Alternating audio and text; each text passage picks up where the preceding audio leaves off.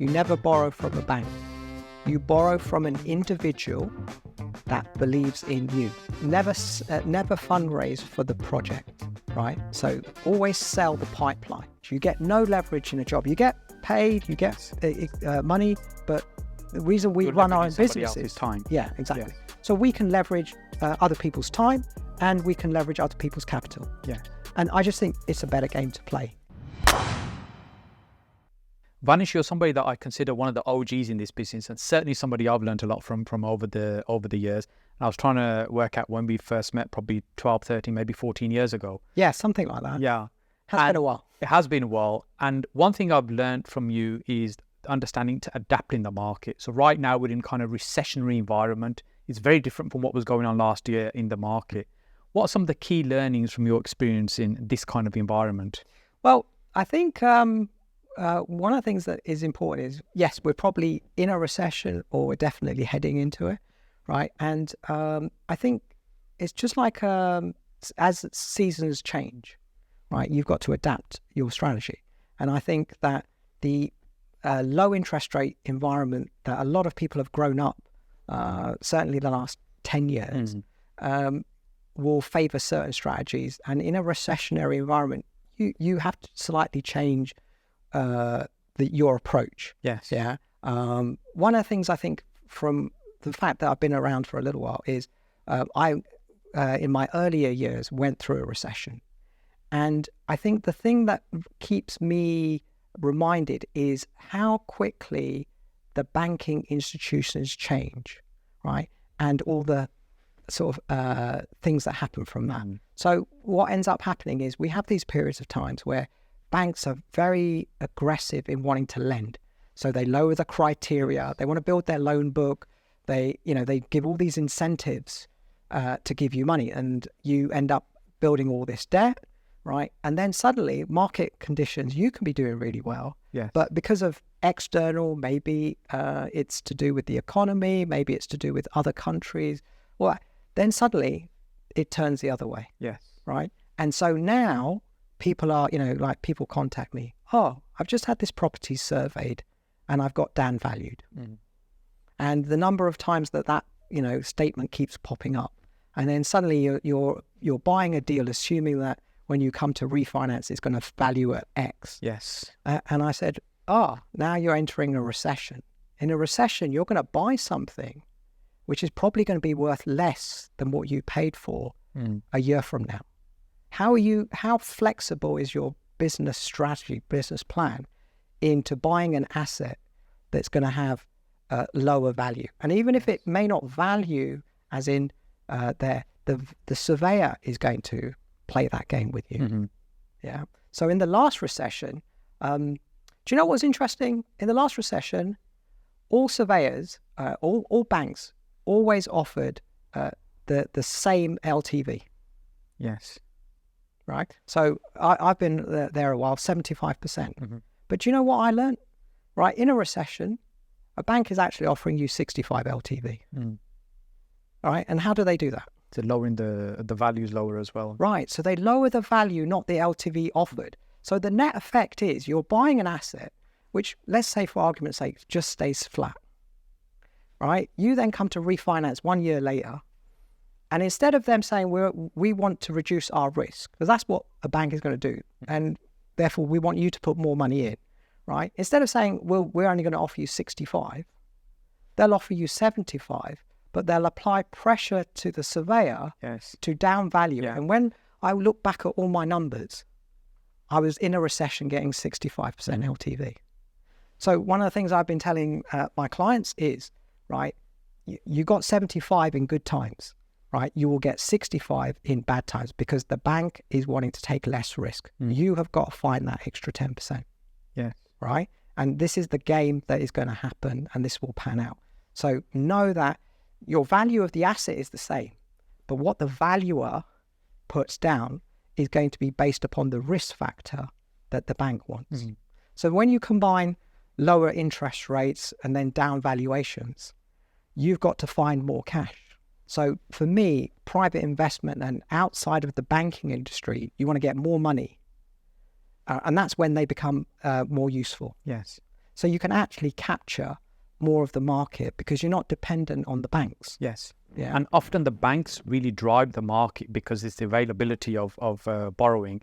And I remember when I started getting going, 2007, 2008, at that time I was really picking up momentum and the market was really deflated. I'd come across people with portfolios that were getting repossessed from high street brand names across banks. And I couldn't believe that this big bank was closing on this customer without any reason other than the loan to value in their mind had changed. It was an excuse for them to pull the loans in. So they were good loans, or what I looked at, said, this is a good loan, why would a bank call this in? And I couldn't understand at the time. And as you just mentioned, the bank's relationship would change depending on the market. But also, banks are running portfolios.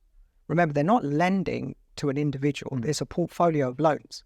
So what ends up happening is there may be some problems in the commercial real estate market, but the overall exposure to property is defined by the banks. Yes. So what the banks end up doing is they just start shrinking their portfolios. And the way to shrink the portfolio to reduce the risk is to call back or not be so flexible. And you end up, for whatever economic reason, being part of that. So if they want to expand the book, Yes. literally there's free money. Yes. Right? Because they want to expand the loan book. When they have a decision, somebody says, oh, we want to shift more money out of the UK and put it into another country. Mm-hmm. That flow is going to come from all the loans and everything. So these are things that you just need to remind yourself that banks are not always in the business of lending when you want, and you always should have alternatives. Good money in the financials, but also have other sources, friends, family, private and lending. Therefore, if one is not playing ball with you, you've got another pond to fish into. Yes. I remember listening to a talk of yours, this is probably more than 10 years ago, and I was sitting in the audience, you were presenting about raising money. And at the time, I was just getting into using private money for deals rather than relying on a bank. And you're saying, well, if the bank doesn't lend, then you haven't asked enough banks. How many names can you come up with? And I remember sitting there trying to make a list of how many names of banks you can think of. And there were literally just endless lists. And we'd already think of maybe 4 or 5, but actually there's way more than that. So it's not that all banks will stop lending. Banks will have a different criteria, understanding what they want, who's got what appetite for what type of property they want to lend on as well. Yeah. And then to add to that, so let's say you take a high street bank, right? What I always tell people is there is no such thing as you never borrow, even from a bank. You never borrow from a bank. You borrow from an individual that believes in you. So let's take one of the bigger banks, Lloyds Bank, right? You can make 10 phone calls to 10 different branches and you'll get 10 different business development managers, right? Guess what? The person that meets you is the one that is going to lend. Now, obviously there's a standard criteria, but I've seen from my students, they go, oh, well, I went to this one bank and they said no. And I said, go on the internet, look how many employees there are in that bank, right? Now, don't ring every single employee, but go find 10 different banks. So one of the things that we have with people in London is I say, go outside London, go find a business development manager, right? Find someone that's hungry to want to meet with you, someone that's hungry to champion your business, right? Money moves in different ways. There's different budgets that, because most people don't understand how banks work. Banks have budgets. There's regional budgets, So you might be in Birmingham, and just outside of Birmingham, there may be a branch that's got, allocated capital. You go find that branch manager. So I tend to find the business development managers in the central branches. They're dealing with much bigger. If you're a beginner, yes, they're not that interested, right? So because their clients are generally a lot bigger. Yeah. So if you're from London, Central Zone 1, right, it's typically oil money, right? So you're competing. It's big money. You're competing with those. The banks are geared towards those kind of people. So the further out you go, the further away from Central London, you'll find your sweet spot, right? You might end up finding a branch, a business development manager or a branch manager out in Oxford. The money's still good. It's just if they meet with you, if you can get them on the phone, you can convince them, right? So you're trying to find sponsors within the institutions. So again, the pond is bigger than you think. You know, you haven't made a list of all the banks, you haven't made a list of all the business development managers, and you haven't reached out to sort of say, hey, can I come and share with you, show you what I'm doing? You know, so all of these things are techniques. It's money always comes from people. And I found that ultimately people do business with people they know, like, and trust. Correct. If there's an opportunity for you to sit down and get to know somebody, get to know each other, you like each other, there's some trust there. That's more important than what's the numbers going to look like. It's a little bit like in Dragon's Den when someone's there pitching their deal. Part of the dragons are thinking about, do I like this person? Can I trust them with my money? Are they creative enough to make money from me beyond this little one product they're presenting here? Correct. It's that person they're primarily investing in. The same way, when we're raising money from private investors, we have to think about that's what they're doing. They're making a decision on us. The property is secondary. It's not how great your deal is. It's actually, do they like you first? Then the deal will be looked at the second. Well, I would agree and I slightly disagree. Right. So first is you've got to have first remember that they're investing their capital, but really what you've got to do is you've got to give them a reason to speak to you. So you've got to bring something to the table, right? That allows it. If you go, hi, I'm looking to invest in the next 2 years, right? There's a timing. So there's got to be a conversation piece. So you've got to have something. And so what I always tell people is bring a project, yeah? And if you're fundraising, right, let me give you an example. Should you bring a deal that needs capital today, right? Or should you bring a project that you've already funded? So when I'm thinking about raising money from investors, I think the best time to be looking for money is when you don't need it, because you don't feel under pressure. So you can have comfortable conversations. You're not under pressure. I've got to get this deal closed straight away. And if you're waving a deal around, I've got this deal, we've got to get closed. And normally the best deals, you have to wrap up quickly. You don't have months to close on them. You've got to get the thing closed as soon as possible. That's generally why it's a great deal. Then if you're trying to raise money at that point, you feel massively under pressure. I've got to get this done. Whereas actually, if you're having conversations all the time about potentially somebody investing with you, what that's going to look like, then you're not under any pressure and it's much more comfortable. And I like the idea about you talk about deals you've done rather than one you're trying to fund. Two things. First is never fundraise for the project, right? So always sell the pipeline, right? There are two parts to a pipeline. There is your past pipeline and your future pipeline. So a simple statement might be, hey, look, I've got this deal, right? There's a certain potential. If you're interested in wanting that, I've got 5 deals that are on the go or potential deals. I'm looking for people to help me work with that and might be interested in getting involved in some profit sharing or something of that nature. So what this does is this shows you that you have a strong future pipeline. So sell your future, right? Then sell your past, right? Now, the reason is why I always tell people is share, or when you're working with a new investor, talk about a deal that's gone. It takes the time pressure off, which you said, which is, I don't need to fundraise. But what you say is, this is a project that did in the past. This is how we've raised it, right? Do you want to have an understanding? So therefore, they're getting to know what the project is, a feel. And then you say, now, I believe that in the next 12 months, something like this is going to come again. Would you like me to call you when that happens? Yeah. Right. So what happens is sell the back catalogue, right? Show proof that you've got something. And then it gets the pressure off them because, again, they don't have to invest, right? What you want them to do is not invest capital, but invest time, right? If someone will invest time to understand your pipeline, past, present, and future, right? And they get to know it, then you know you can put them on the speed dial, right? What most people do is, I've got this one deal, right? I need to raise X amount of money tomorrow, right? In the next 4 weeks. Yeah. You've put pressure on yourself. You've put pressure on the other person, and you've created. It's not a comfortable situation for anybody. No. So what I always tell people is start with the pipeline, right? Then from the pipeline, talk about the project. You can talk about a current project. Ideally, start conversations around the past. If they believe in the past project, you don't have to say that it's available. It's just, here's an example. This is something, right? It will then get them ready. So then the third project is something that's nearer to live. Now what you've done is you've figured out all the questions. You know how to answer them, so you can prepared, right? And then you're bringing them moving to a point of a fundable project. Start with something that's already funded. It takes the pressure off you, takes the pressure off them, and flush out the questions. Then you'll know what you need to incorporate when you're talking a live deal. But that always takes practice.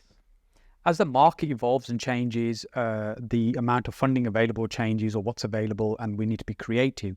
But the other thing that tends to change is the type of strategies that people tend to follow. I'm guessing you've seen quite a lot of different strategies being the flavor of the month over the years. Yes. Well, you see, I think personally, what I always tell everybody is you should be a student of all the strategies. Mm-hmm. So spend time and energy to know all the different ways you could make money, right? Put them in your toolbox. Mm-hmm. And then what you want to do is when an opportunity comes, you can then decide, right, which one is the ones that you're going to do, right? I'm sure you have this thing. I get people, oh, right, hi, I'm new. I'm trying to sort of, what kind of deals are you looking for? Well, I'm looking for lease option deals, right? And it's like, you just want to look for opportunities and then figure out what the deal is. The numbers, the situation of the vendor is going to tell you what type of deal is going to make sense. And then where is your skill set and experience relative to executing on it? Mm-hmm. So learn all the strategies, learn lease options, delayed completions, HMOs, serviced accommodations, buy to sell, developments, all of that stuff. Yes. And then figure out when those are going to make relevant in your career. Figure out what I call stepping stone strategies. So the strategy that gets you started, right? What's the easiest way that you can get into the market and do a deal, right? Then you've got scaling strategies. Now, these are strategies that you're going to build a business around. You're going to do 100 of these, right? I always say, go try out a few places, go try out a few things, go through full circle, make some progression, and then go, how did that work? Oh, okay, this is the reality. Now I've got the student experience, and now I've got the execution experience. Yes. Should I build a business around that? Yeah. Do you see? Yeah. Right? And so this is why, we always encourage people to try 2 or 3 different things. Mm-hmm. So a good example, why not do rent to rent to figure out whether you should do a HMO? Yeah. Why not get involved in something simple to then figure out what the scalability issues are, right? So then as your confidence, as your capital, as your time experience increases, then go on to the more complicated development and all that. So I always say, what's going to get you in the game? What's going to get you to making a bit of money, right? I don't know about you, but I took property a lot more serious when 2 numbers hit. When I made my first £10,000-ish, and then when I made my first 100. I kind of went, 100 tends to be the big number. Yeah. You made 100, you think, actually, I remember taking it seriously now. Exactly. I remember, and it varies. I ask people, these are different experiences, but these are the 2, like light bulb moments. Yes. And then the third one is this. When you meet someone who you write off, right? Can't add up numbers. I think I know where this is going, right? And they just make, they kill it, right? And then, so what I find is I appreciate the person with the bad English, badly dressed, right? Because what it says is that property is very fair. Yes. Right? The one thing There's no barriers to entry. It doesn't matter whether you're male, female, doesn't matter young, old, black, white, yellow, green, right? Okay. It is a fair, level playing field. If you're persistent and consistent, right? And you learn a couple of things really well, right? Handsomely rewarded. I mean, I've been doing this about 20 years. The people I've met, who are totally broke, working in complete dead end, would not give time of day. And 10, 15, I see now they got the flashy car, nice house and all that. Yes. Right. They did it fairly. Yes. Yeah. So for me, that's why I always look at is when you make these key milestones and then you get persistent with it. And suddenly you wake up and you go, actually, you learned some stuff. And when you get somewhat good, you can make so much money that you kind of think, why do people have a job? Now, I understand when you're starting and you've got nothing, no track record, the gap is too big. The jump is too big. Everyone has to start. So I always say, get a job, get mortgageable, right? Make a bit of money, do property on the side, get to 10K. right? Now you got to 10K, you got a bit of confidence, get yourself around some people who are doing it. That'll keep you in the game, Yes. right? And it will keep you humble, right? Because somebody's always going to go a bit faster. Yeah. Someone's going to go a bit slower. Somebody's going to go their way, right? So I think all of those things are important. And yes, generally, the 100 is that number. Yes. Then, all these things, because I always used to, I'm sure you went to events, it's like, is anyone making any money here? You look at the way they dress and everything, right? And sometimes that can be very deceptive as well. I think, sometimes, look, what I wear, Yes. I don't wear this when I go meet my builders. Yeah. I have two or three outfits, where Vanish, I can't remember ever seeing you without looking very slick.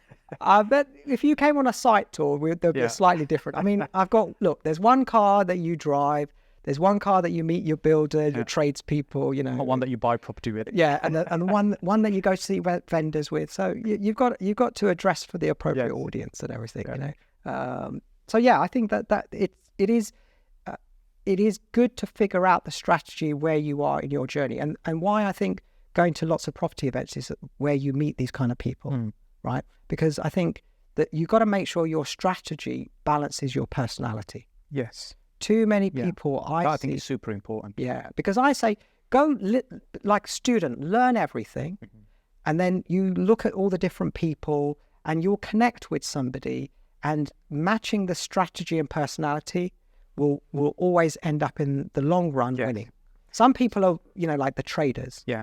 Right? They've got that sort of personality. Yes. Other people are a bit analytical, slower. So figure out a strategy that fits your personality, right? Even though you may not be successful in it straight away, over time you'll get there. Yes. So some people who are designer, color orientated, they do much better in that. Other people who are very just sort of wheeler dealer, I call it, they pick that strategy. Yes. I think when I think about my experience of strategy, it's probably a slightly different take. When I think about my journey at the beginning, when I got started, literally I was just chasing the money wherever it looks like I can make some money. This person talking about HMOs, well, HMOs is my thing.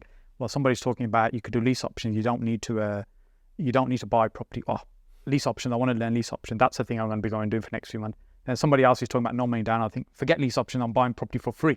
I'm chasing all these things, and this is my journey. I got very little in the way of results because I was just really toe dipping at the beginning, just trying this, trying that, because I'm seeing somebody else's results and thinking, I can just mimic that. And then what I realized was by focusing on one thing and one thing really well is where my success started appearing. And just do one thing, just replicate it, do it well, keep getting very, very good at it. So although when I look back now, my skill developed very quickly and very broad because I was doing so many different types of strategies. I was trying everything, but it didn't help me accelerate. So now when I think about acceleration, I think, okay, if we're starting, we need to knuckle down onto one core strategy, like an 80-20. So 80% of our effort is on one strategy, and 20% might be the other thing we might be doing. And so, for example, if we want to build cash flow, right, we need to be thinking about HMOs, service accommodation. They're the ones that are going to produce high income for us. So how can we get going with those? But they need to relate back to your personality, how much time, skill, experience you got, what skills you're already bringing to the table, other resources. So I tend to think about it in that way. What individual skill strengths you're bringing, is it going to match your strategy? Is that going to reach us to that goal? And I think that gets a result faster. However, in this market right now that we're in, I'm starting to think now we need to go back to what we were doing before, is focus on finding the seller, the motivated seller, and then explore what can we do with that. And that's where your broad skills come into it. Because if you don't understand all the strategies, you can't do much with the lead. Yes, I think the tendency for most people is they scale before they start, right? So what I always say is do a deal. So strategy one is be open-minded to moving forward, right? And the key is ask yourself this question. Are you trying to build a strategy, or are you trying to build a business? Right? What you should be focusing on building a business, right? Yeah. And the most important is, right, I always do this simple 100, right? So I learn a strategy and then I ask myself, right, how long is it going to take for me to do 100 of these? right? Is there 100? Yes. If there isn't 100, then that's in the 20%. It's not scalable. It's not scalable. You'll find, the odd thing. You'll do okay, but it's not you'll do scalable. okay, but you haven't got the volume. Do you see? So what I always look at is run through, do one, start to finish, work out the time, energy, skill. Where is your gaps, right? And then, right, what's it going to take to do 100, right? And for me, it's 100 appointments, right? So what it all comes down to is it's not doing deals, right? It's actually meeting the vendor, and generally it's the fourth meeting. The fourth meeting is where you make your offer-ish, right? Because you've seen enough, right, that you're close to the finish line, right? You'll get a yes, no, but that's it. Yeah. And it's those 4 meetings, right, that you really want to get good at. Doesn't really matter whether you're doing what you do after that is not that important. So what I find is the thing that's most important for people is getting that first conversation, getting your foot in the door, right? What is it you've got? You've got to have some hook that gets some traction. Yes. And a lot of people fail on that. Then second is what you're doing to build rapport, connection, and qualify. And can you do that in 4 meetings? So I have my rule, right? If I have to keep fishing, trying to make a deal work, and I'm in meeting 8 or 9, I need to be moving on. Yes. Right? Yeah. Because I'm trying to make something as opposed to discover something. Yes. Yeah, that 4 is really interesting you say that, because that's what I tend to think about, and that's where I teach it as well. So when we've got a conversation that's going to happen before we go to the property. So let's say they've responded to some marketing. That's our first conversation. Yes. The second one's going to be at the property with the vendor. The third one is going to be after you've done some further due diligence and when you get into the negotiation. And what I would do is look to try and see how flexible they will be. I want them to open up because now we have enough information. And the fourth one is where you're trying to close. And if it's not closing, then we park and we move on. So, and that's it. And what I find when I sit down with students, I say there's 2 problems. Your problem is you're not got enough first meetings. So track, record, right, diarize your first meetings, right? Where are you? That's really where you want to get good at.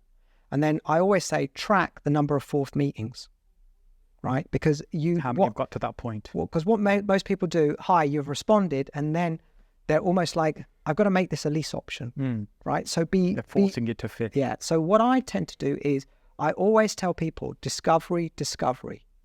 Purpose of meeting 1 and meeting 2 is for you to discover, to uncover the opportunity. Yes. Right? Get better at asking questions, do probing, go this way, go that way. And the key is this. You do discovery to then do a tailored pitch in meeting 4. Yes, that fits, fits like a glove. Yeah, exactly. That's exactly what they were looking for. Yeah, and uncover the pain point, right? There's a reason, So like how do you do your marketing? Some sort of... So we'll do direct to vendor when we can identify there's some motivation with that vendor. Yeah. So for example, multiple agents selling it, it's been on the market for quite a long time. Price have fallen several times, so we target that vendor we're interested in buying to start the conversation. So what's an example of a question that you would ask in the first or second conversation? The first conversation would really be, I'll just kind of run through because it makes more logical sense. The first conversation really is around, thank you for responding to letter. I'm very interested in the property. I've seen pictures online. When can I come and view? So the outcome is just to get the viewing. That's it.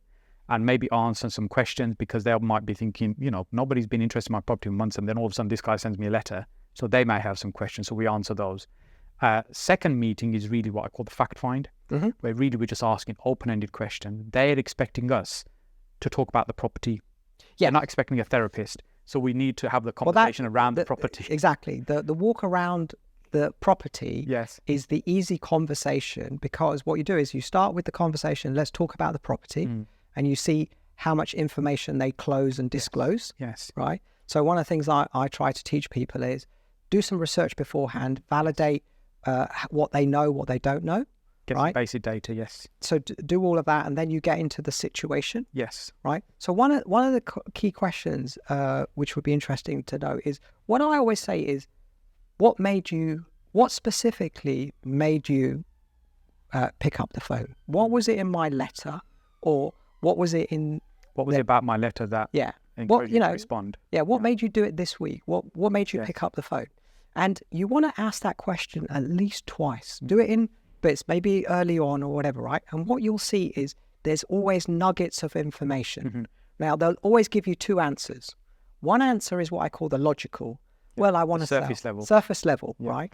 And you'll get that about half the time. But the other half, they'll actually give you a more deeper answer. Something specific. Oh, I got this situation, I got this debt thing or whatever, right? And so that leads you where? What most people do is, hi, great, when can we go and see the property? The reason for seeing the property is to meet the person. Yes. Right? To get that relationship going. So you talk about the problem of the property and can I come and have a look at it? Because that's an easier way rather than can I meet with you and can you talk to me about all your personal problems or whatever. That's very hard to get to. So you start with the property and then you use that as a way to get in there. But I always ask the question, like, what made you pick up the phone? Right? The question I tend to ask is, or the transition question once we talk about the properties, tell me, it looks like a nice property. What got you thinking about selling? So it's not quite the same. And then later on I'll ask, look, what would you say is most important for you in getting this done so you can move on? And try and establish what's the core thing they're trying to base a decision around. We're trying to figure out what happens is selling is the solution. What we're trying to diagnose, right? You learn this in property after I don't know. I've done hundreds of leads, right? You suddenly start reading a lot of psychology, right? And you understand people's pain points, and you can see through their body language, the way they speak. People take action for two reasons, right? Two reasons are, number one, for pain, to avoid pain. So avoid pain, right? Or get closer to pleasure, right? And so the first thing I try to do is figure out, is this a pain avoider or a pleasure seeker? Pleasure seeker, right? So whatever your solution, it's got to do one of those. Yes. Do you see? It's got to resolve one of those two. So for example, you would think, and this is interesting, right? You're selling the property, and then I ask the question, hey, assuming that, this property gets sold and the terms, I never say the price, I say the terms work for you and they work for me. What are you going to do with the proceeds? Yes, it's a great question, Right? So I'm talking about after, because then... future vision, what's next? Because most people are like, okay, we get into the negotiation, well, how much do you want? Right? And that you're going... I try and keep that for the third conversation. I never do the negotiation, the second conversation. Yeah. So everyone's got distracted. And again, what you do now is you'll become a specialist at the first phone call, second, that's your window, right? Where you become, I always tell people, I don't see myself as a property investor. I see myself as a detective, right? Or a doctor diagnosing, right? Because that is the thing that will give you the competitive advantage. When you're talking, not everything that they say is what they mean. Yes. But there's a grain of truth. And if you can read between the lines or spot something, so you see, the house is in a particular way, you kind of know from experience which way it's going. Is it a debt issue? Yes. Is it a family? Right? There's a reason why they picked up the phone. Yes. Like one of the things I say, it's not typical that you speak to, why didn't you speak to an estate agent? Yes. And then you find, I fear them, or I had a bad experience in the past, or I want to speak with somebody that isn't going to push me so quickly and all that. There's a whole host of it. So I think direct to is such an interesting group of people. I am still shocked today. I can write some words on a piece of paper, right? Shove it through someone's letterbox, right? And then they'll call me. Yeah. And I say to people that's one of the things that you want to experience is the fact that you can have that happen. And that phone call, right, once you've developed the skills, is monetizable to cash. Yeah, literally tens of thousands of pounds.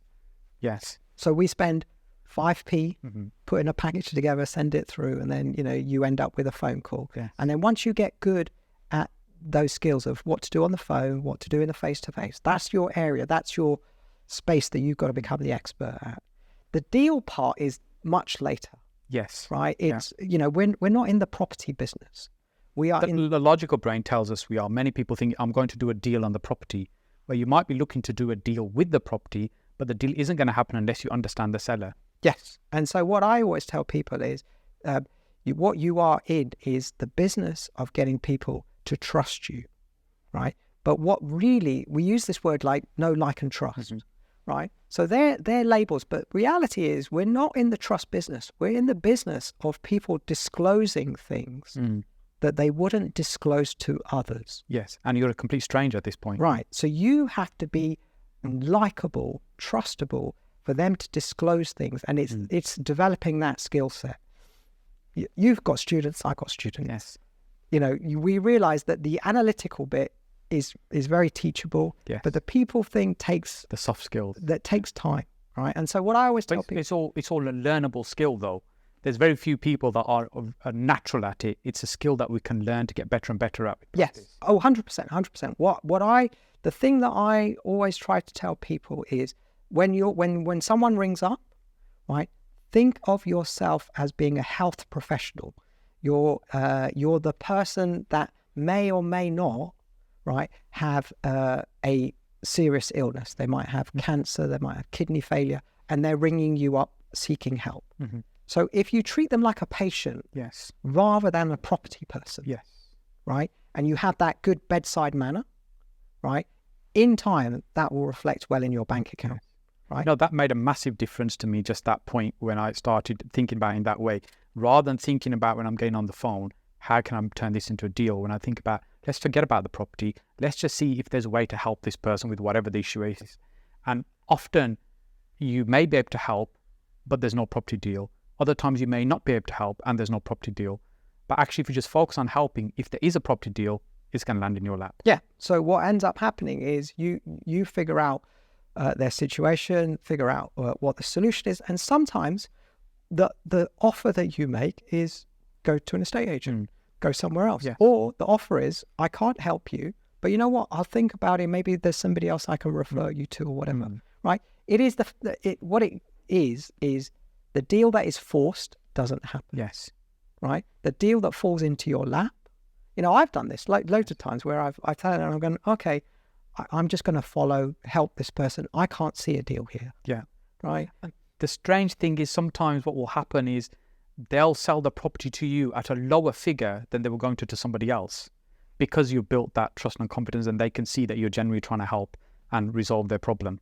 Yes. I mean, the one thing that I would say is it's only, you know, like sometimes you ask this question, which is, okay, if you've done direct to vendor, have you spoken to anybody else? You know? Yeah. Now, in the old days when we used to do the internet, there would be 3 or 4 people that would say, I mean, the number of times you get these people at 2 a.m.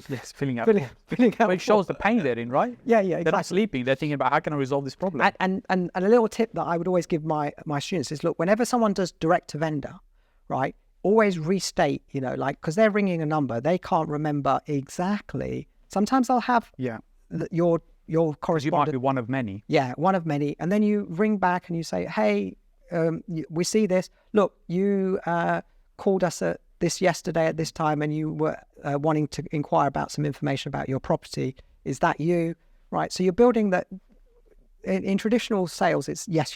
Get them into the yes, I remember. Yes, I requested the phone call. Hey, you requested us to call back. We're calling back. Right. Is it okay if I ask you a few questions? You know, and then you're get them into that point when they're a little bit more open and they can remember. Lots of times I've seen people that, you know, they put in a form, they fill in 3 people, they can't remember which one. Yes.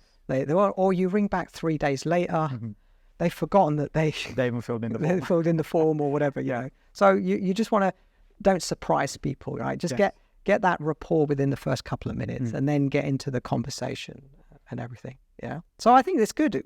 Direct to vendor is definitely one of those things where you learn your people skills. Yes. People often talk about London is a much more difficult market to crack, especially when we talk about direct to vendor. I guess London is one of those places where you haven't just got local investors, you've got international money poured into London. And sometimes that money's kept there because it's a safe place to put it. They're not even thinking about a return on investment. They're just thinking about return of investment. Correct. Yes. How do you compete with that in London? London has its pros and cons, right?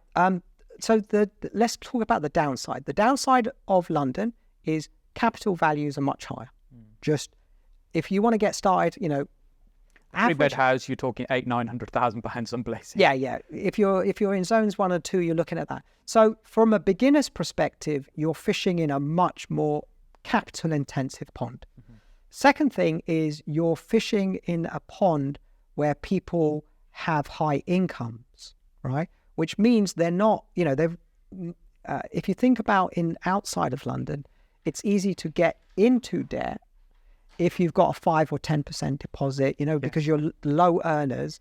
So therefore, you're having to deal with people who have put 10, 20% down. So you're just in a market where you're dealing with people high income, high expense, but you will find that there's enough of the people. Again, what most people get stuck with direct to vendor is they don't get into the rapport building, right? The advantage in London is if you get a hook, you can get people with more than one property, right? Yeah. Sometimes you end up doing a direct to vendor in London and they're interested in selling something outside. You know, it's not, we used to do this, we used to have this sign. You know, when we were doing like really heavy, I think you remember one of our characters used to hire a van, and he would drive around in his area. Yeah. He basically had a big sign. Yeah. So I took a bit of inspiration from that, and what we did was we did a couple of billboards. So we tried that for a bit, and we picked a few sort of inroads in the areas that we were looking for, right? And what I found was amazing was about half of the inquiries were for people in that area. Okay. Very local. Very local. All right. But the most profitable were all the people outside. So all the artery roads coming in, we would run ads, right? And our original strategy was we're going to do these ads, right? We're going to do a cherry pick. So our strategy is going to be we'll go through, if it's in this postcode, this code, we'll do it, right? We'd partnered with some other people saying, look, if it's outside, it's not really our area. We don't want to spread ourselves too thin. We'll pass on the deal. We'll do a deal. We'll sell it to you or whatever or something like that. And then all the other stuff outside, we thought, if we maybe we'll go find somebody, we'll just kind of get rid of it all. So anyway, we just committed to doing it for 1 year. Okay. And the thing we found was the deals outside of London, right? We could go and profit from them more than sometimes, you know, London. Right. Yeah. The other ones, you've got to take a bit of time and all that stuff. So what happens is one of the things I've learned is you should spend a little bit of time, money and effort speculating, right? Get to a position where you know a few things that 90% of people don't know, right? So with direct to vendor, you get, you know, like an understanding. You can tell from on the phone, you know the situations, right? Like today, it still amazes me. You get a complete stranger. Yeah. They get on the phone. They tell you this problem, that problem, right? Within a week, you're in their house. Yeah. I'm intrigued. Where do you, if you prefer, which space do you like to go and do your meetings in? In terms of which room in the house? Yeah. When I'm at the vendor's house, either the kitchen or the living room. Yeah, exactly. Their comforters. So I always go for the kitchen. Yeah. Right. I try and look at where does it look like they spend most time, and I'll pick one of those two. And I know that if I'm invited into the front room, yes, right, I'm here for information. You've just if the walk from the door to where you sit down is very short. This is I'm just inquiring. I'm going to have information. Yes. So I've got 10 more people coming. I've got. Okay, so I know the gist, right? But if I get invited, I go, oh yes, I have my team, nice and simple. Why don't we sit? Yes. Right, and if you can get to the kitchen table, right, you already know. Yeah. Right, you're that, and you know, then you sit there, have a bit of a brew, look out the kitchen window, whatever. Right, you've been invited in. Yes. Right. I tend to invite myself a little bit. What we'll do, I'll start with, hey, why don't you show me around first of all? Yeah. Why don't we start with upstairs? You take your shoes off, you go upstairs first, you wander around the house a little bit, and then as you start bringing the tour to the end, I gravitate towards either the kitchen or the living room. Yeah. And I say, where should we take a seat? I'm kind of directing them. Yeah. No, it's exactly. It's always nice to share these things where you have to eat, like, again, how you get in the house, how you do the tour, where you end up. Yes. Right. So I always do the tour, end up in the kitchen. We should sit down and discuss. Yeah. So, by the way, I'm curious, what made you invite me in? What made you invite me, pick up the phone? Yeah. And we just repeat back from there and then go back and dig again. Right. What's their reason for calling? What's their reason for inviting me in? Right. There's something. So we'll get the surface again, but then eventually we'll get the more truer reason. And then I know from that's when I can adjust towards the offer. Yeah. We've been talking a lot about direct to vendor, marketing direct to vendor. So a year ago, it would have been a very different thing. We wouldn't be doing as much as that as we are today. And because the market's now different, a year ago, if you were even trying to get a viewing, the agent had 10 people waiting outside to make offers. Most of them were way over asking price. But today we're in a different market. So we're talking more about direct to vendor because it's the relevant thing right now. What do you think is the right type of strategy, right type of deals to be doing in the next few years based on your experience of historic market? I think that the strategies first is, what I would say is figure out the type of property that's going to make sense, right? So for me, still classic is buy as much property as you can, right? And get as many people renting. So HMO is a good example, right? So my rule of thumb is it is not what you buy that is the magic. People get too sucked into what am I buying, right? The trick is what you build or how you repurpose it. Yes. So the winners, what right? you turn it into. Yeah. So let's look at it. Beginners are all about, I buy something and it cash flows the next day. Well, if it cash flows the next day, then all you're doing is cleaning up. So there is no, it's a very easy thing to do. Yeah. So therefore, you're not creating anything. The reward isn't as big. Right. That's the reason why if you buy, everybody that's bought a house was living there before, it's there. So it's what you do afterwards. So for me, what I tell people is generally give yourself a 6-month window. If you buy it and it takes you 6 months to repurpose, reorganize, and then relaunch, yes, right, you're going to make more money. Yes. So for the deals I look at a 1 year, right? It's going to take me a year before the cash flow comes in, right? And that is where actually all the profit, that's where all the professionals are in, right? Because by definition, that requires patience. So if we look at all the big companies, right, they take a year or two to make things. Yes.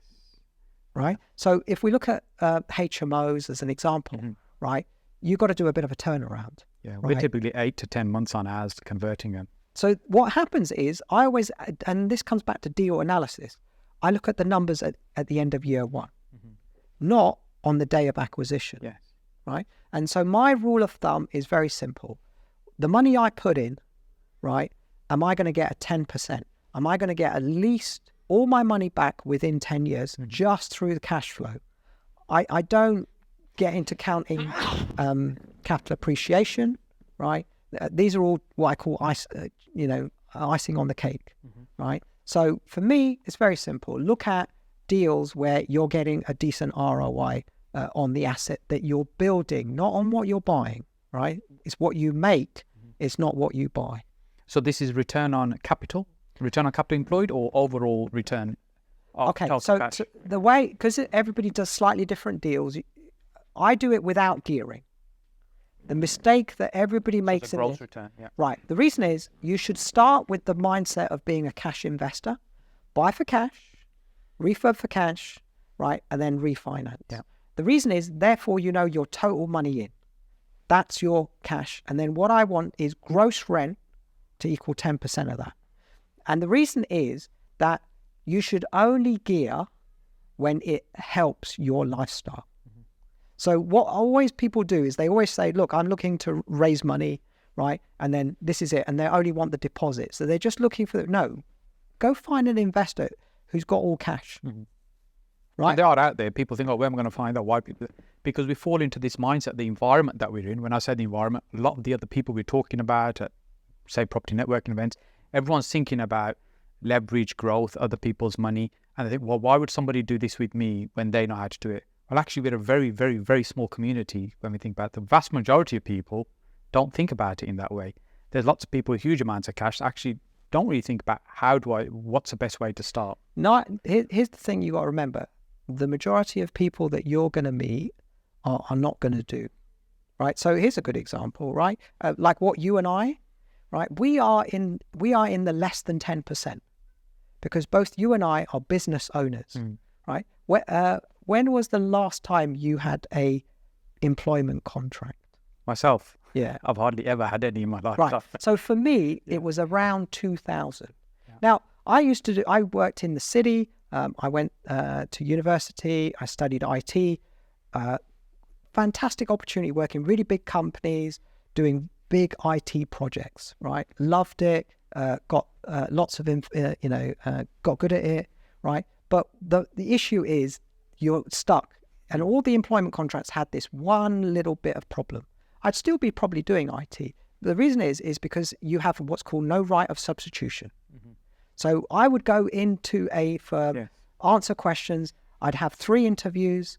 2 people would say, we want to pay you money. Can you come on our project? And the reason that I just moved away from that was because you have this contract that says you are not allowed to do anything else. You have to be full-time. We have to tell you to earn this money. You have to turn up, right? The great thing about property is you have right of substitution. No tenant cares if I do the viewing. No, I can say, hi, you got this, great. I'm going to get one of my team to come and show you the property. If you like it and you want to take it on, we'll have a chat. So I get involved in a little bit of it, but I have the ability to scale, right, and have other people do the bits I don't want to do or I haven't got the time to do. So this is why you and I, leverage. You get no leverage in a job. You get paid, you get money, but the reason we run our own business is time. Yeah, exactly. So we can leverage other people's time and we can leverage other people's capital. And I just think it's a better game to play. It takes longer to learn, right? But once you, give yourself 5-10 years, right? Well, once you've mastered it, you can just move, in a different speed. Yeah, there's so many people in our industry that build huge businesses literally from scratch because they are scalable.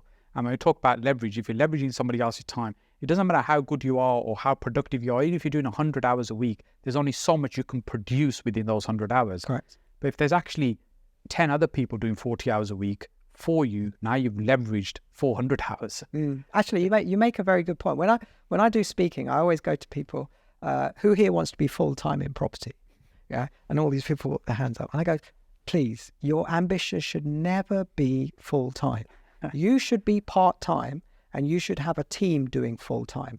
That then makes you a business owner, right? Otherwise, you just switch one job for another job, right? So you always want your team doing more than you, right? And that's, again, like we say, figuring out, be a business investor first.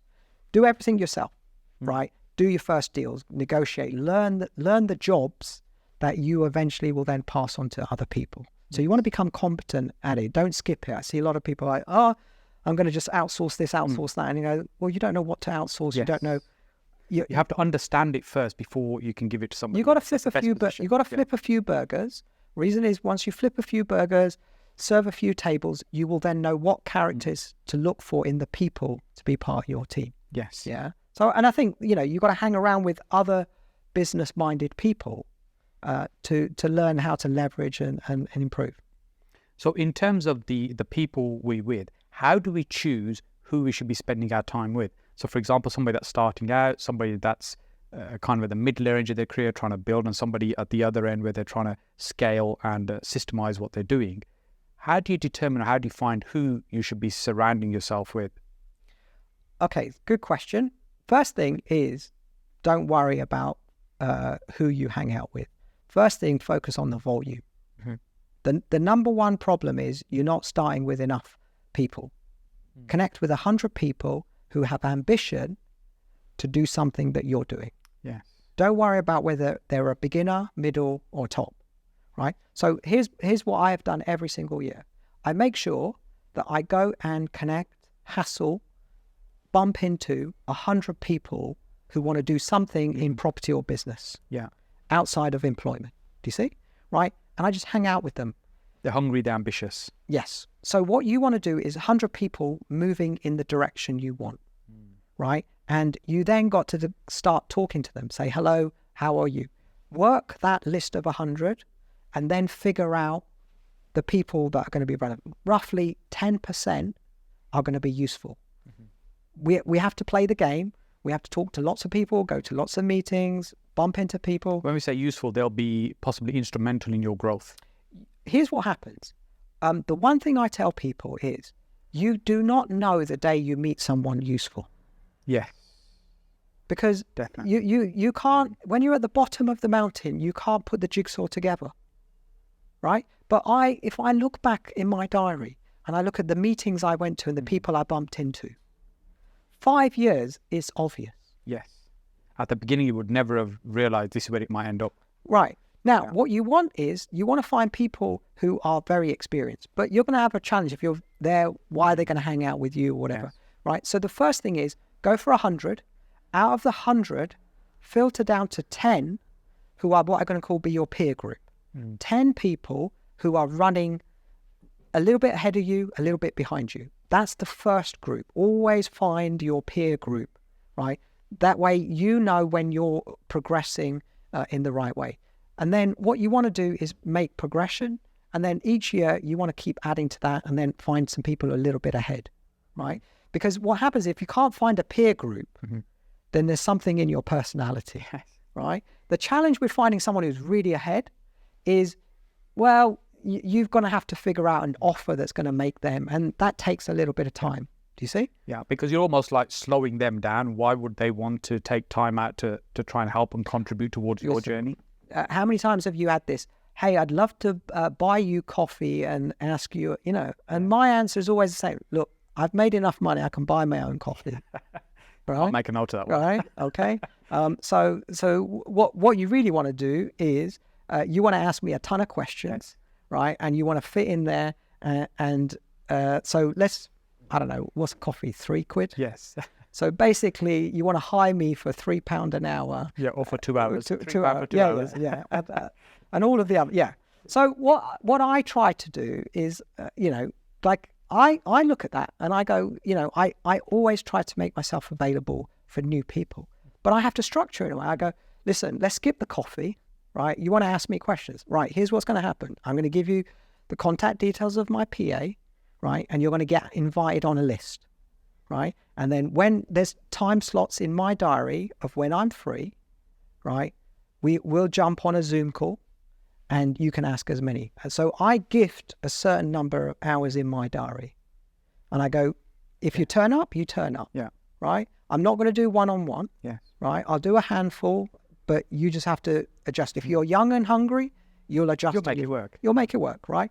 My PA is going to babysit you, so we can keep that. If you're at a meeting or an event, you can come in and say hello, right?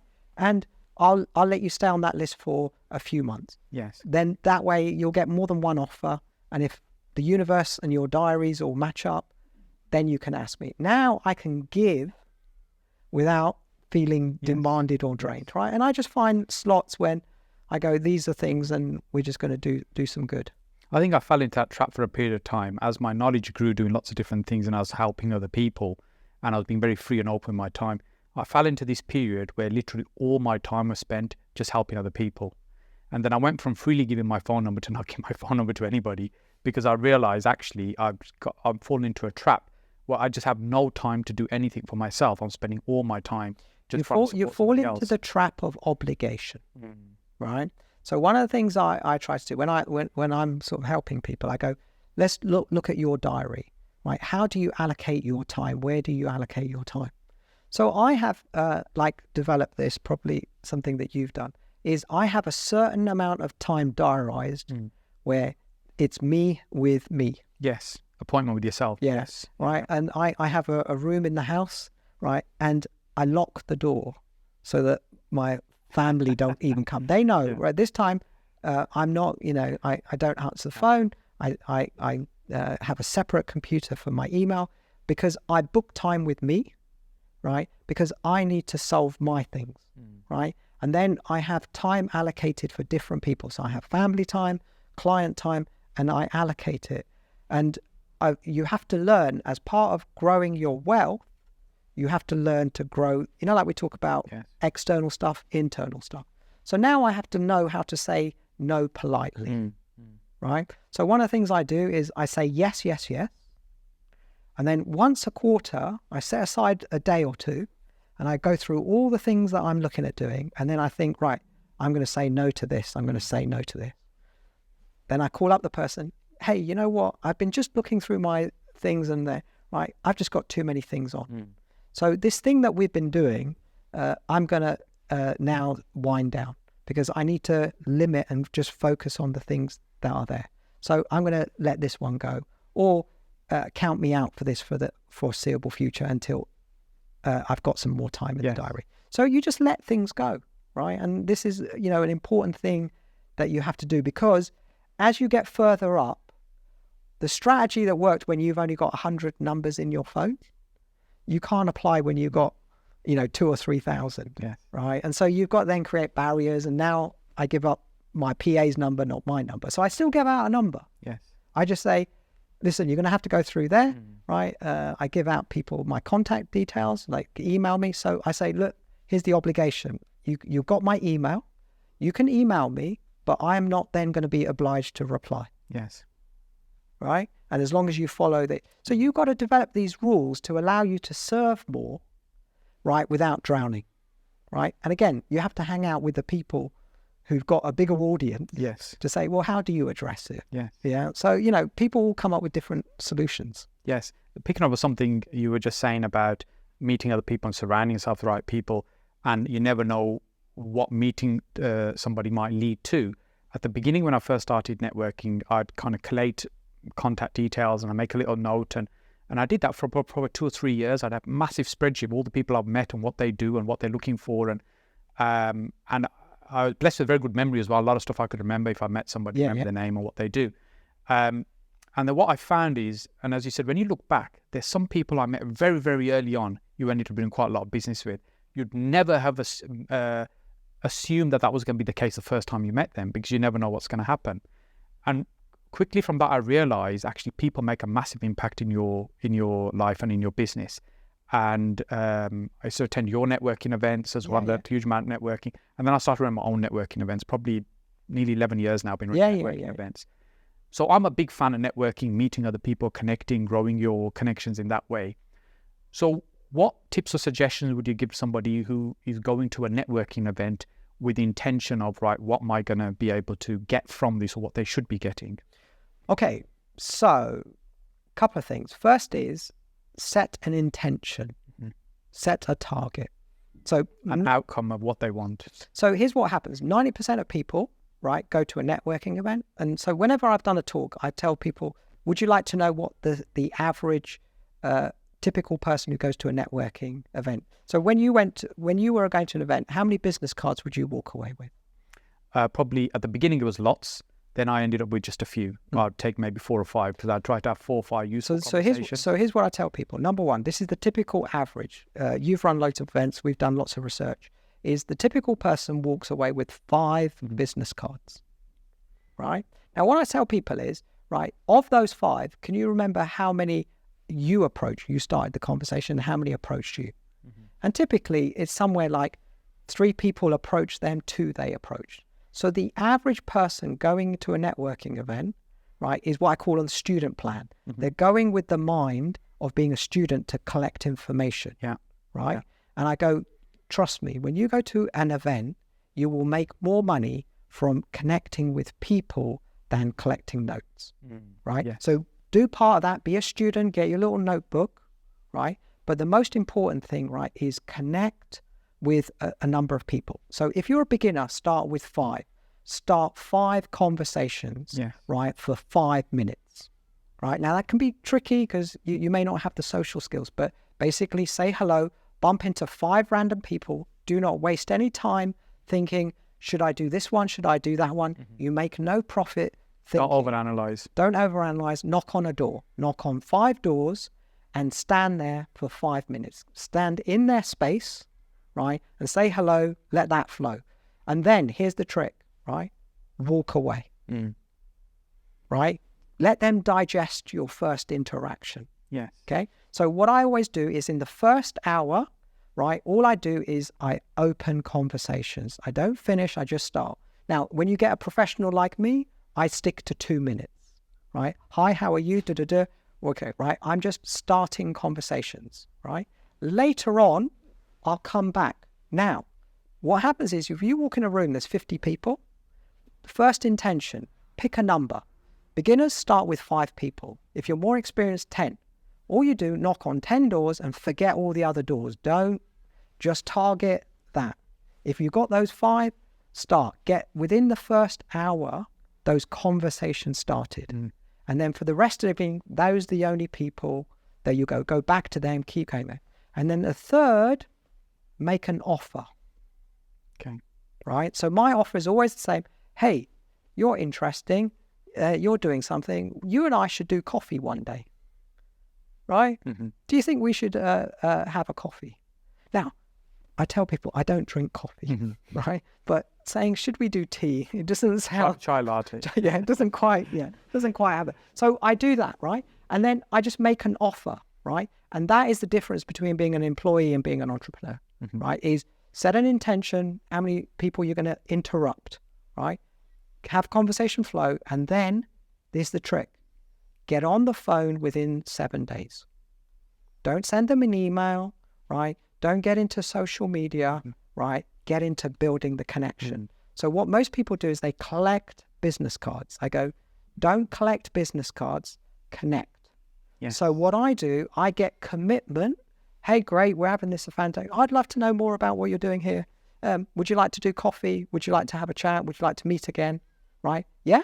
All right, let's do this. All right, when are you thinking? This week, next week? What works for you? Then, and only after I've got some commitment, do I say, can I have your contact details? Can I have your business card so that we can then map out? Right? What most people do is, hi, great, what are you doing? Da-da-da. Right? Oh, let's swap business cards. And then they're off on to the next one. Yeah.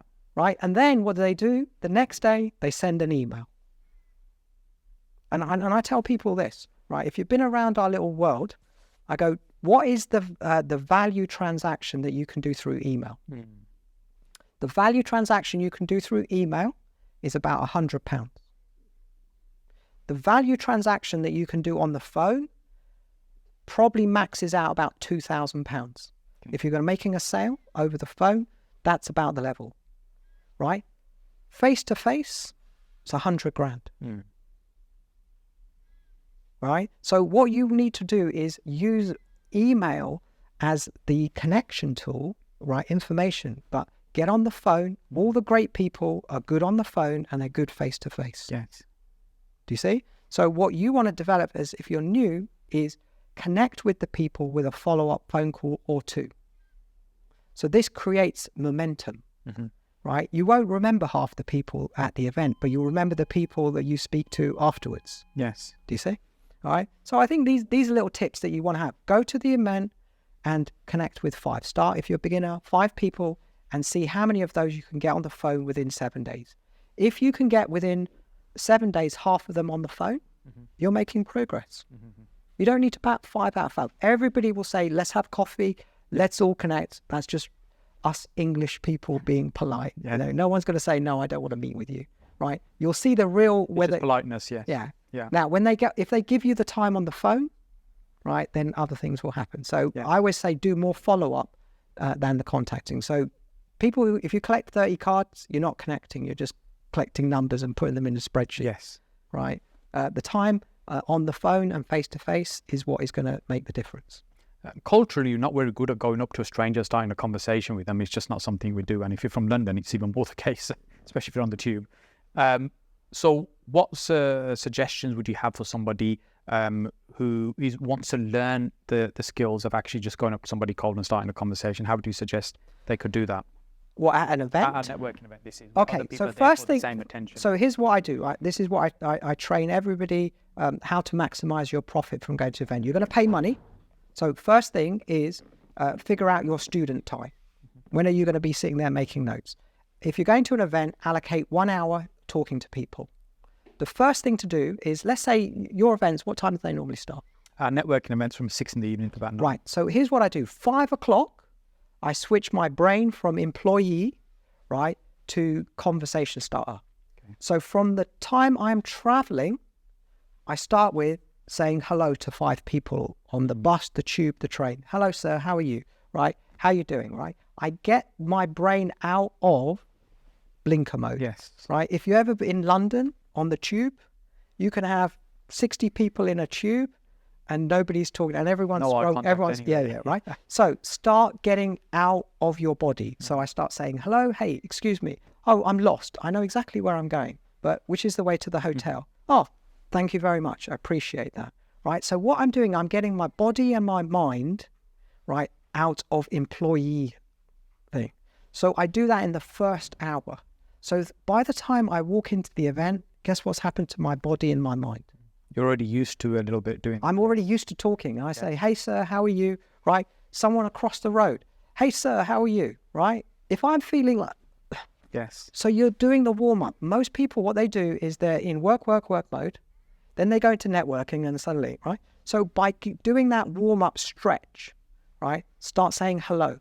By the time you walk into the event, first hour, right? Just pick somebody, right? To sort of say hello to. Right? So always just come up with simple questions. So you go to somebody, a simple opener, pick something about the way they dress. So I would say, I like your shoes. Can I ask where you got them from? Yeah. Or you're obviously very styled. You have the professional stubble, right? So you must be a full-time property investor. I'm honored to meet you. Do you see? So start with a compliment, right? Breaks the ice. Breaks the ice, right? Do an assumption. So I do that. I assume, right, you're very successful. Did I get it right? You know, right? So that gets an engagement, right? You can do a smile, which makes you can do a spot out, right? So you can do put a pedestal. So you could say, "Oh, you're really successful." Like I can do this. I wouldn't recommend for beginners, right? Do the put down, right? Sorry, this is for professional property people. You know, or if you want to be a little bit rude, you could say like the Weight Watchers is next door. Or whatever. The thing is, get a reaction. What you learn in time is it is better to be remembered for something than nothing. Yes. Right? You can do the polite. Oh, you look thirsty. Can I get you a glass of water? Right? Like one of my best networking tricks is I take a glass of water, I take some plastic cups, and I just pour everybody. And I go, here you are, there, right? Guess what happens? Right? It's easy to go back to the person and then say, hey, how was that water? Right? Oh, you're very nice. Oh, are you a waiter? No, I'm the guest speaker here. And they're sure. Like, right? Start the conversation, figure out a bunch of little tricks that get the conversation. Here's another trick, okay? If you're not great at talking, go buy a bag of sweets, right? I take a bag of sweets, I get a plate, and I just go up to the person, right? Now, I do the health conscious, right? Sometimes I get, like some savory things or whatever for the people. So chocolate always works, and then I have some healthy crunch bars, right? That's it. Guess what happens? Conversation will start, right? What you have to do is just do the bit of getting the first couple of minutes conversation going. So figure out some things, ask some questions, and then towards the end, make an offer. Yes. You're interesting, right? Would you like to have a coffee one day, right? That's it. Just repeat it again and again. Do it 100 times a year, right? Guess what will happen to your property journey? A massive accelerate. It just becomes natural in your ability to be able to do it. Because it always feels fearful because we're not used to doing it and we're unsure what will happen. But actually, when it becomes within that comfort zone, it becomes much easier. And the other thing that I guess sometimes people get stuck with is then moving on to somebody else. Because if you're speaking to somebody who maybe is also a little bit shy of going out to talk to somebody, they think, I found a friend, someone's talking to me, and they want to be your best friend for the rest of the evening. What I find that works really well in that situation is say, hey, look, it's a networking event. It's been really lovely to meet you. We'll catch up soon. So let's go and do some more networking. Or if I think they're very shy, I might go and introduce them to somebody else. I think, well, you should connect to such and such, or have a chat with such and such. So I'll give you a tip, right? So here's what happens. Let's imagine you walk in a room and you see one person by themselves and you see a group of 4, right? Which one should you approach first? Definitely the person on their own. Right. That's the wrong answer. Okay. No, it's not the wrong answer, right? It's the most difficult for a beginner. So Yes, here's what I teach, right? Because you blend into the group much easier. No, the problem with one, right, is think about like a table, right? If you have a table with one leg, right, it's hard to stare. So here's the trick. Approach the 4 first. So whenever I start in the first hour, I approach the biggest groups, and here's my opening line. Hey guys, you look like you're doing stuff. Can I gate crash this party? Right? Or something of that note. Hey, look, you look like the most successful group here. Can I join? Right? What's the qualify? What's the exam? Right? What's the fee that I got to pay to get into this? So I've already given them a group, and I've given them status to say, hey, can I gate crash? You're doing something, right? And I connect, right? And I talk to 1 or 2 of those people. Hey, great. Yes, I've crashed the right party. We'll speak later. Now I go to the 1. Right now, if I've done my job well, I would have picked something from the other person, and now I can go to this 1, and this 1 I can then say, hey, you're all by yourself. Is that out of choice, or are you new? You know, again, make a guess of what you think's happening. Chit chat with them. Then you go use your line. Hey, obviously you're here to network. Would you like me to introduce you to some new people? Right? Guess what they invariably say? Yeah, of course. Great. You would love talking to Mary. So the party that I gate crash, and then I come back. Hey, can we gate crash again? I brought a friend, Mary. You should speak with Joe. Yeah. Right. And then what I do is I bring them in, and so so what you want to do is you want to be the host, even though you're not the host. Act like a host. So what I do is I pick 3 big groups, gate crash those parties, right? Get a feel for them. They might know each other. It's always a bit friendlier, right? And then go the harder ones, because if you start with the 1. Now you got the Klingon, right? And you're stuck being the babysitter, right? And for a beginner, like half an hour's wasted. So start with the bigger groups, gate crash, right? Pick 1 or 2 people in there, and then go for the smaller groups, and then you can do the merging.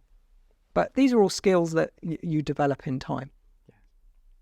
Vanish, I really appreciate your time this evening. There's always so much learning, spending time with you. What's the best way for people to connect with you and reach out to you?